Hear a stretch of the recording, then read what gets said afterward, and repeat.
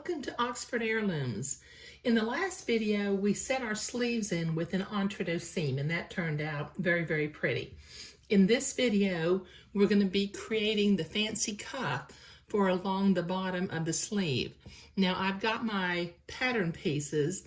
I had a beading guide for my cuff, which actually guides me to cut my two little cuff pieces 7 inches long, and this is a decorative beading. I think you can see the design in this decorative beading.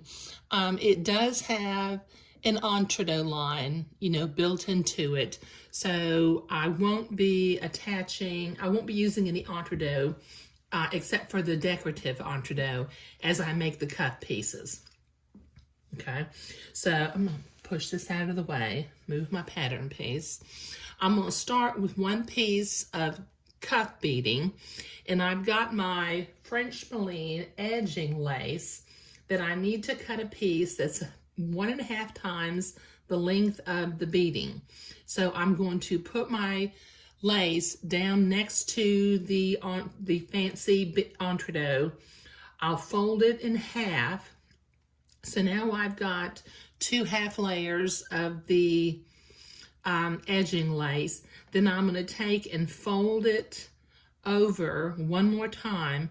So I've got 3 layers that are 3 halves of the length of the entretot. Now I can cut that right there. And I've got a piece of lace that's now 1.5 times the length of the entretot. And since I'm making 2 little cuffs, I'm going to go ahead and cut a second piece of edging and set that aside because I'll be making 1 cuff at a time.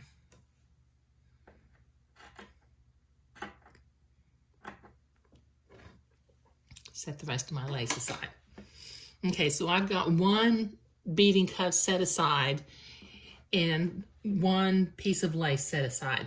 Now, as usual, you have to prepare this entretot before we can attach the lace. I'm going to be ruffling the lace in a little bit, but I'm going to use my embroidery scissors, and right next to the entretot ladder, I'm trimming away the excess batiste along one side, not both sides, just one side. Okay, so I got that cut off.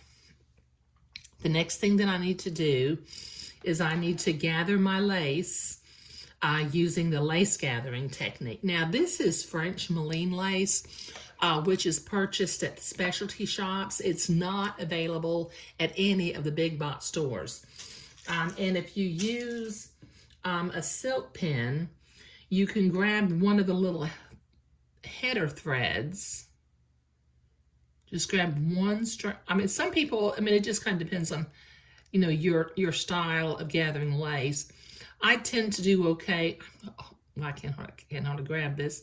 Let me try one more time. Just a minute.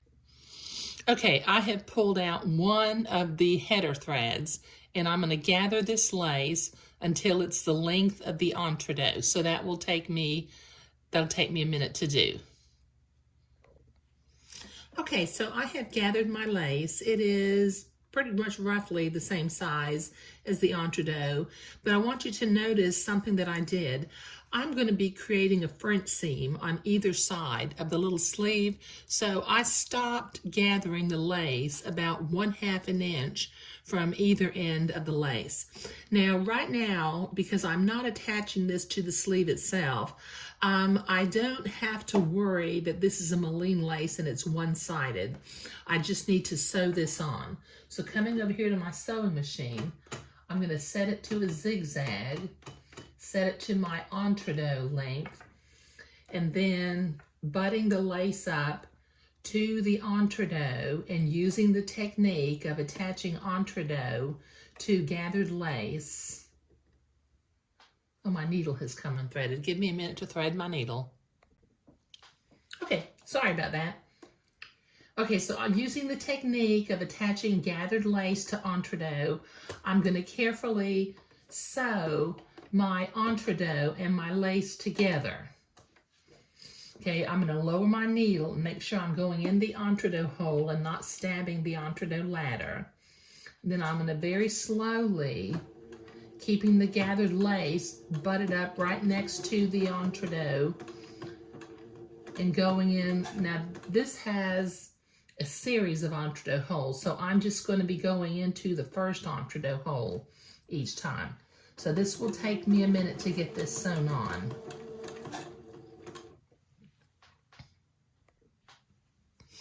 Okay, so I've got my gathered lace sewn onto my decorative entree. The next thing I'm going to do, because I'm going to need to attach this to the sleeve in just a little bit, I'm going to use my fabric marking pen, and I'm going to make a little blue mark right in the center of the side of the entree that I did not trim away. Okay, just like that. Okay, now I need to make another little cuff, and then I'll start setting these into the sleeves. Okay, so I've got both of my fancy little cuffs created, and I've got them both marked in the center with a little blue mark. In the next step, we're going to start preparing the bottom of the sleeve and attaching the cuff to the sleeve. But creating the pretty little cuffs was what we were doing today. I think that decorative entree beading is just lovely. Sometimes I put beading in that you can weave ribbon into it, but this is just a different look, and I don't like to be making the same garments over and over all the time. And especially, you know, if you're sewing for one child, you don't want the child looking like they're wearing the same garment all the time either. Okay? All right, so creating little cuffs was what we were doing today. Thank you.